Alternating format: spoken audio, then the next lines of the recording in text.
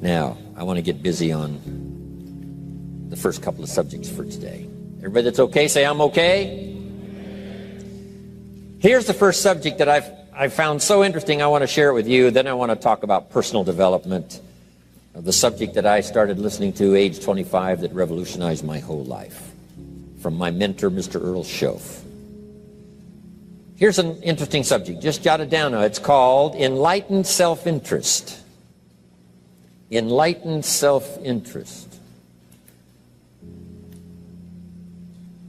It's a fascinating study to study the idea of self-interest. But just make this note, all of us, have self-interest.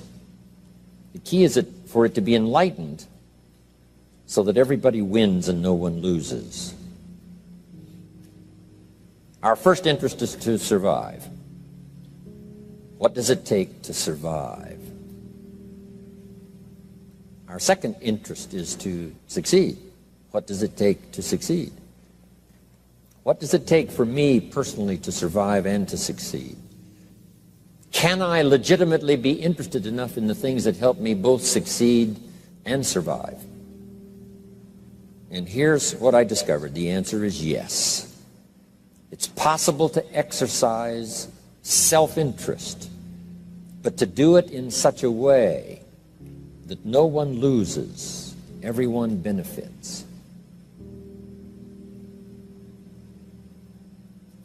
Key phrase: life was not designed to give us what we need. Life was designed to give us what we deserve. We do not reap a harvest in the fall because we need it. We reap a harvest in the fall because we deserve it. Not necessarily from a moral standpoint. Of course, there are some moral laws as well, spiritual and moral laws. But just the basic laws that simply say if you wish to reap, you must plant. So jot this down. Reaping is reserved for the planters. And the reason they reap is because they deserve it. They're the planters. They deserve to reap. Interesting Bible phrase that says, if you keep knocking, you'll find open doors. Good phrase to jot down. If you keep knocking, you'll find open doors. Doors of opportunity. Doors of a chance to meet someone. Doors open for association. Doors open to find someone special. Doors open to find a unique business colleague. If you keep knocking, the phrase says, doors of opportunity are open to those who continually knock. So we don't find open doors of opportunity because we need them. We find them because we deserve them. Only those who knock deserve to find an open door. But the promise is, if you continually knock, you'll find doors of opportunity. It says, if you search, you will find. So make the note, it's good. Finding is reserved for the searchers because they deserve it. Now, at first they may have needed it, but they now know that just needing it is not sufficient. But if they need it, now they must qualify for it. The reason why you're going to be blessed with good ideas this weekend is because you've come searching. You've gotten on an airplane to come searching. Got in your automobile to come searching. You got here searching. Now you're ready to receive. And for those who search, they will find answers. They will find plans, imagination to stir yourself into action for future benefit. So if you search, to find a good idea, you must go looking, go searching. You've got to go to church. You've got to go to class. You've got to go to the seminar. You've got to go to the library. You've got to go to the books if you wish to find. Rarely does a good idea interrupt you. Rarely. But if you will search, you will find.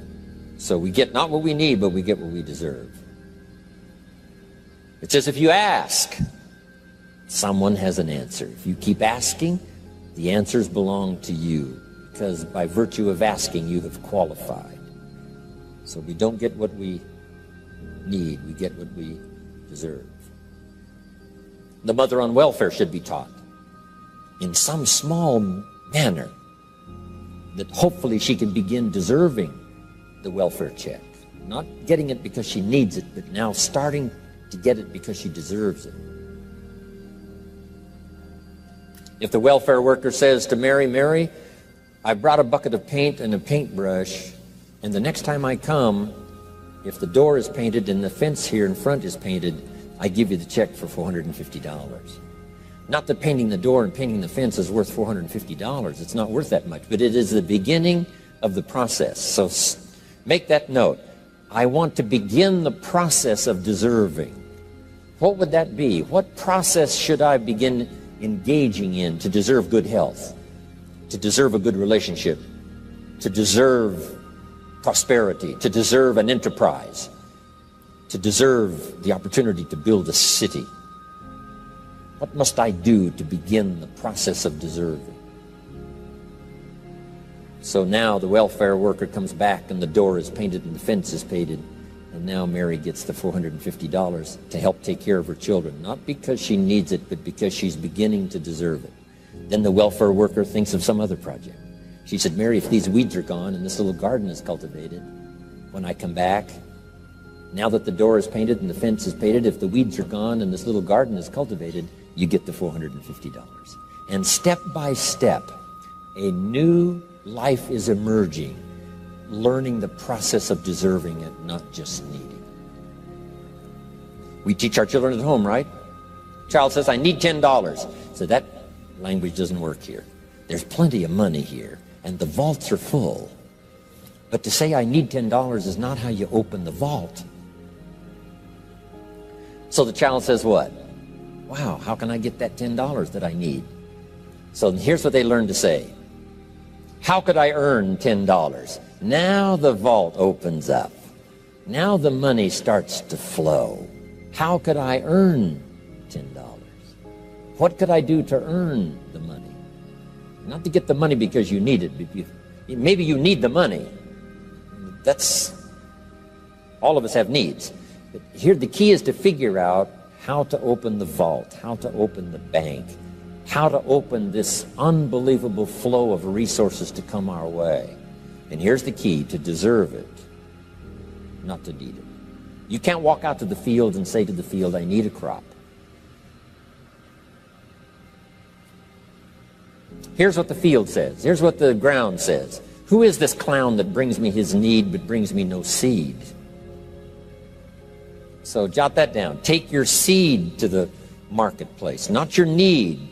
Don't disclose your need to the marketplace, only your willingness. We'll talk about that a little later today. Because the marketplace is not interested in your need, but they are interested in your seed. They're interested in your willingness to work. They're interested in your disciplines. They're interested in your eagerness.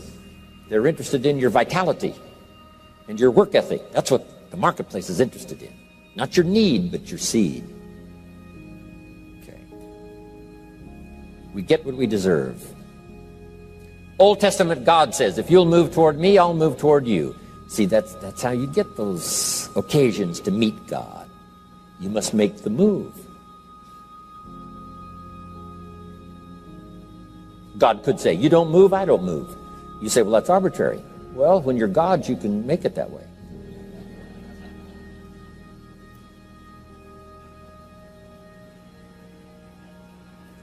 So, the law says if you wish to receive, now let's talk about enlightened self-interest. If you wish to receive, and we would call the wish to receive self-interest. But if it's enlightened self-interest, here's what it says. I understand that in order to receive, I must give. Receiving is reserved for those who give. Receiving is not reserved for those who need it. It's reserved for those who deserve it. We deserve the receiving by giving. In fact, there's an extraordinary phrase in this little context, and here's what it says. It's better to give than it is to receive. Now, the uneducated person would find that difficult to ponder. Why would it be better to give than it is to receive? So let me give you one of the better phrases for the day. Here it is. Giving starts the receiving process. So of course it's better to give than it is to receive. How much receiving do you wish? You must start the giving process. For me to receive my additional fortunes for the future, not necessarily for the money, because I don't need the money. I take the money, but I don't need the money. But here's what I do need. For someone to say, a year from now, 5 years from now, Mr. Rohn, that seminar helped to change my life. And for whatever reason, I was brought here to this place for this time. And later someone says that. See, to receive that kind of thanks, it's unbelievable. Here's what you cannot buy. That kind of thanks. You can't buy it with money. You have to earn it.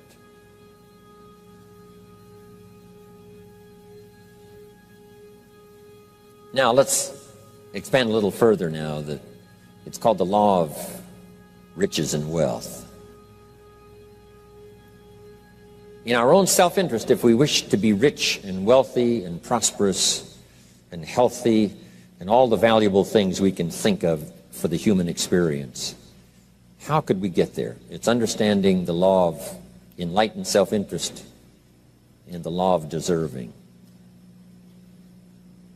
The question was asked in the Bible, how can we be great? What is the key to greatness? Great wealth, great return, great accolades, trophies to put on the mantle above the fireplace. How can we get great respect, great riches, great abundance for ourselves? How can we get that? And the answer was given, and here was the answer. Find a way to serve. Find a way to serve the many. So I paraphrase it to read this. Service to many leads to greatness. Service to many leads to greatness. Someone says, well, about the best I can do is take care of myself. That's okay. Self-care, has its own reward, but it's very limited. Somebody says, I can't be worried about other people's problems. I got enough problems of my own. That's okay. Self-defense is okay. Self-preservation is okay, but it has a very limited reward. If you wish to change that into abundance and prosperity and uniqueness, then here's what you must do. Help solve other people's problems. Help find answers for someone else, not just for yourself, but for someone else. And in that kind of service, you now begin the process of greatness.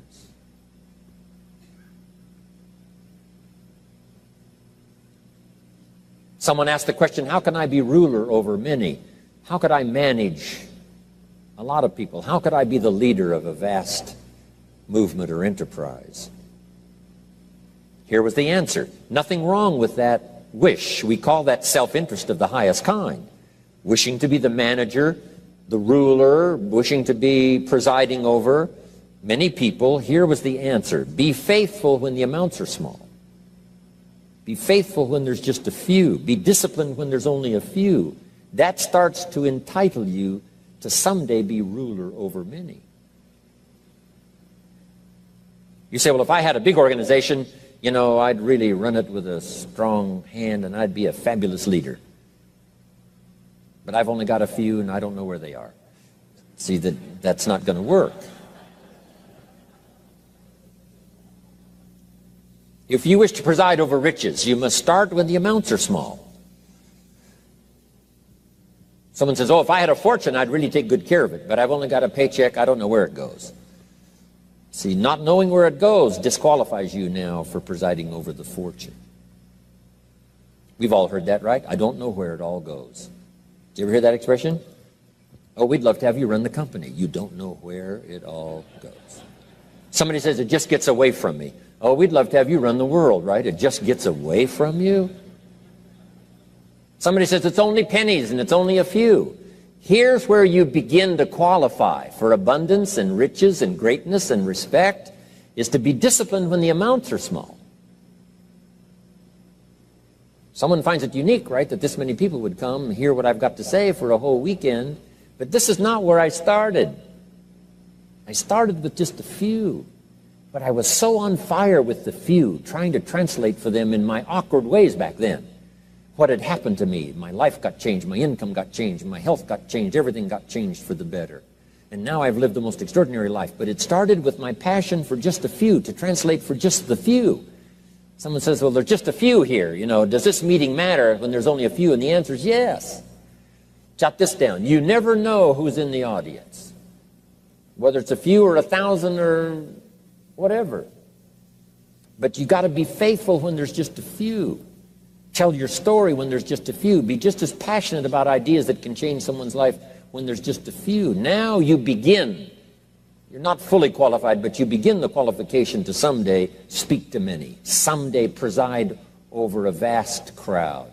Someday be the manager or the leader of millions. It starts in those early days to deserve it. Now, jot this down. Also give yourself a chance to change. Some things I held on to that I thought this was it, this was it. I'm telling you, after a while I gave it up, found out it wasn't it. So give yourself a chance to change. Refine your philosophy. Refine your direction. If you'll give yourself a chance to do that, here's what will happen down the road a ways. A new door will open that you haven't discovered before. Give yourself a chance to change. Reevaluate.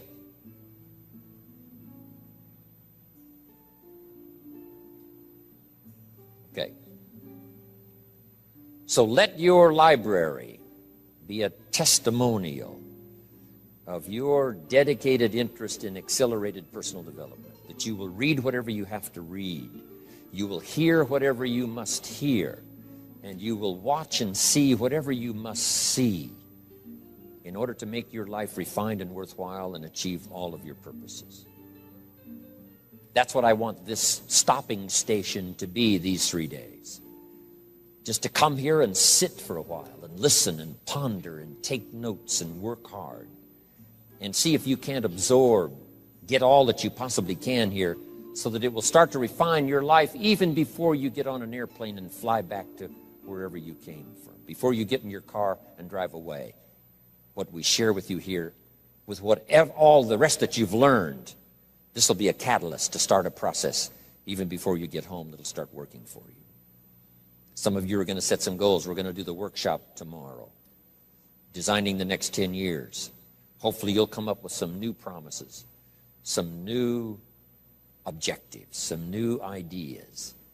And by the time we're finished here, these 2-3 days, I'm telling you, you'll see yourself able to accomplish 2 times, 3 times, 5 times more than you ever thought was possible, which will make this cost of this seminar a small price to pay.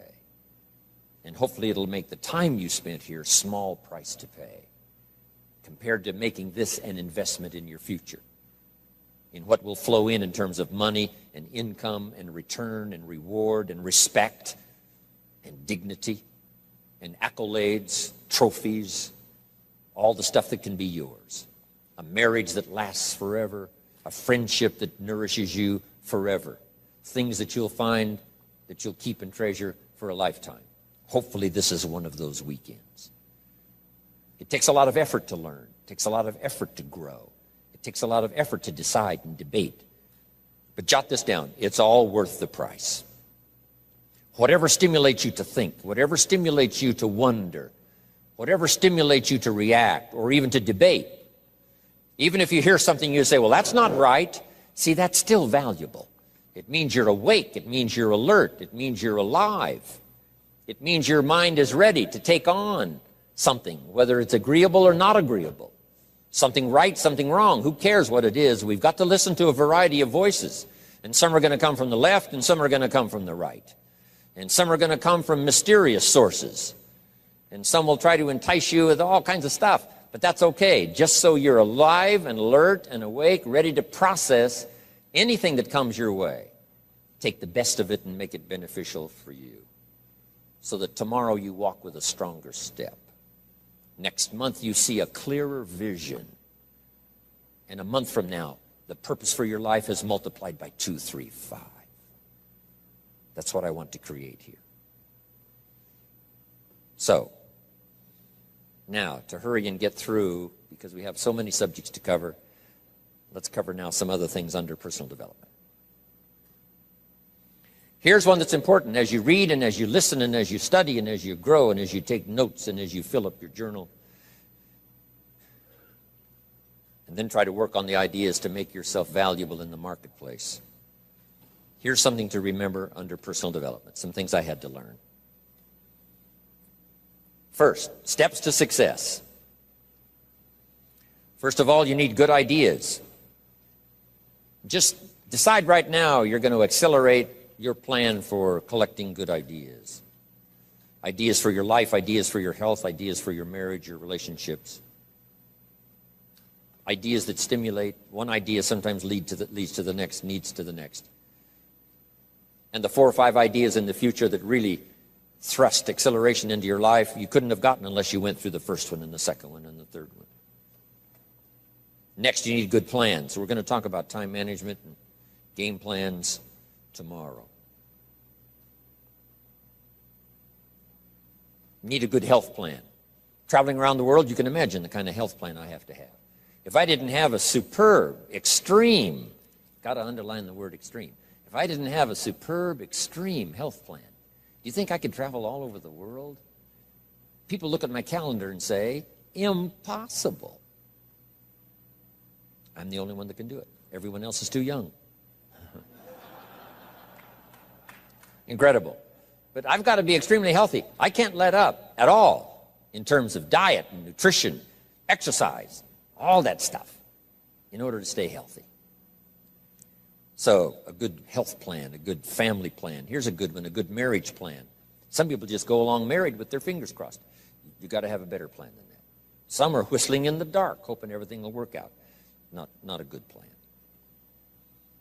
You need a good plan for how to use the day. We'll talk about that tomorrow. Best kept secret of the rich. How to use your time. A good plan to meet the right people over the right amount of time to stimulate your life. You need a game plan for lifestyle. We'll talk about that later. So to succeed, we need good ideas and good plans. Here's the next. We have to learn to handle the passing of time. Because all of this takes time to learn, to grow, to change. Getting through the seasons takes time. The spring has a certain amount of time. The summer has time. The harvest has time. The winter has time. Learning to handle the passing of time. Jot this down if you're involved in business. You've got to give your project time. You've got to give your people time. Give people a chance to learn, chance to grow, chance to change. One of the great requirements, especially in such an industrialized, busy, mad, dashing society, and that is to have people patience. First, we exercise it with our children and our family. Getting people to work together, got to have patience, even with your family. If you're involved with independent people, it's a challenge. It's like herding cats, trying to get them to work together. Herding sheep is easy. They very quickly get going the same direction. But try herding cats. It's like your children. Different ages and different personalities and different opinions. To get the family all going the same direction, kind of working together to make things work, I'm telling you, it is a challenge. But if you'll have some patience, you can do it. Now, here's the big one, to have patience with yourself. Give yourself time to learn. Give yourself time to understand good ideas. Give yourself time to make changes and then grow into those changes. Give yourself time to refine your personality to fit the business, whatever business you're engaged in. In some, you may have to speak up a little stronger. In some, you may have to calm down just a little bit more. Just learn to refine your personality and your temperament to suit. All of us can do that, but it takes time. Have patience with yourself. We had to do that from the beginning. Learning to tie the shoestrings of your shoes. If you tried a couple of times and says, I'll never learn this, it's over. Say, no, you can't go through life with your shoes untied. Come on. Some people, maybe it happens for them a little quicker than others. Some people get the hang of it almost overnight. Someone else, it takes a little longer. If it takes you a little longer, have patience with yourself. Because patience has its own reward. Patience is a virtue of the extraordinary kind. We have to have patience with our employers. We have to have patience with government officials. You've got to have patience with IRS. You've got to have patience with the Army. You've got to have patience with the FBI. Here's a good thing to remember while you're exercising patience. Usually enough good people will finally make it right. You just got to jot that down. Usually enough good people will finally make it right. Not everyone in the community is going to toe the line and do the moral thing. But let me tell you what, most will. That's how we create a society that we can live in. Most will. Every teenager will not obey all the rules and regulations and live a model life. Not everyone will, but jot this down. Most will. Enough will. When the good Lord recruited 12, not every disciple, not every one of the 12, but it was enough of the 12 to start a movement that's lasted for 2,000 years. Not everyone, but enough will. There's only been a couple of exceptions to that rule. One was the story of Sodom and Gomorrah. God was going to destroy Sodom and Gomorrah for their evil ways. Abraham had a friend that lived there. And Abraham implored and said, God, if I can go to Sodom and Gomorrah and find 50 righteous people, will you spare the city? And God said, Abraham, you've been such an excellent friend of mine. Yes, I'll spare the city if you can find 50. So he searches the city, can't find 50 good people. Comes back and says, Lord, would you take 40? God says, Abraham, for you, come on, I'll do it. If you can find 40. So he searches for 40, can't find 40. And he comes back and says, would you take 30? Good Lord says, Abraham, only for you will I reduce it to 30. Can't find 30. Can't find 20. Abraham said, this is my last request. Would you take 10? God said, only for you, Abraham. So he went searching for 10, and you know the story, right? Couldn't find 10. That's the exception to the rule. So he said, Abraham, get your friend Lot and his family out of there because the end has come. But that's the exception to the rule. So jot down the general rule. Most will. In a civilized society, most will obey the rules.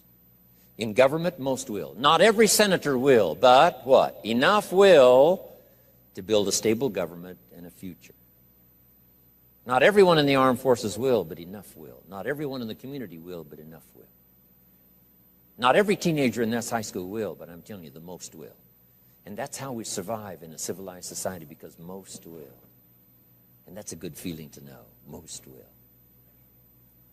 Okay. So have patience. Next, under personal development, is learning to solve problems.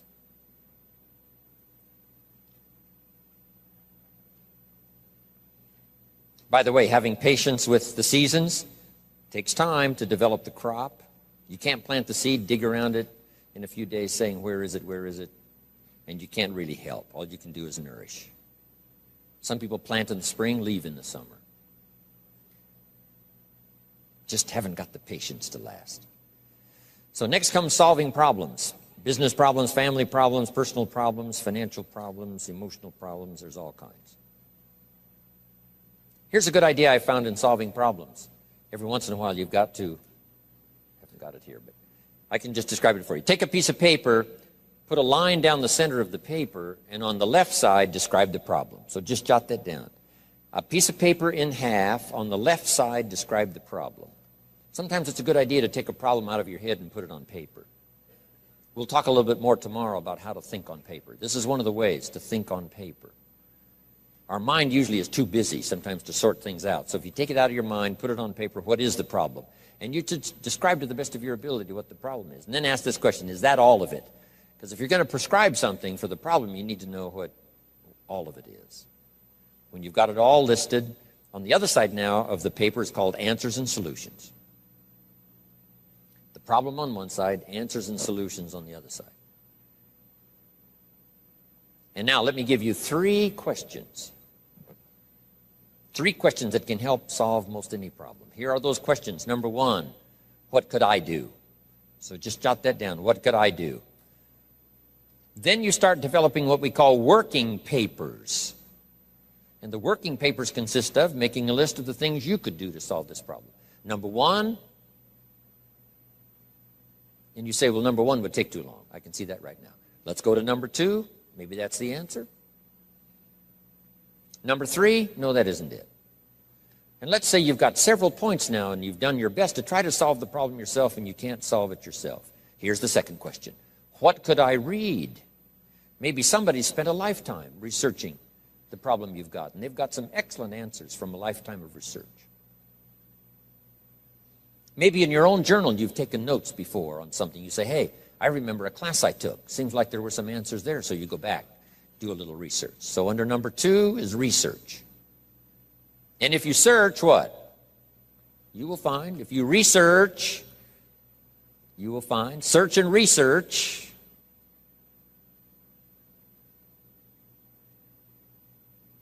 Now, research as soon as possible, because if the problem is severe, you don't want to wait till too late.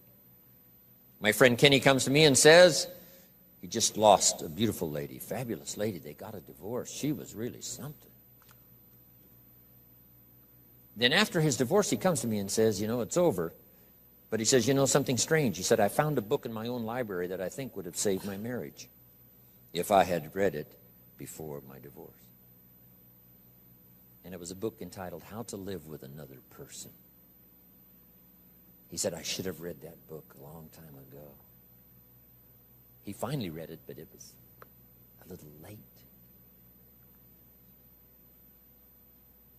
It's like reading a book on nutrition after you've had a heart attack, right? I mean, that's good. That is good.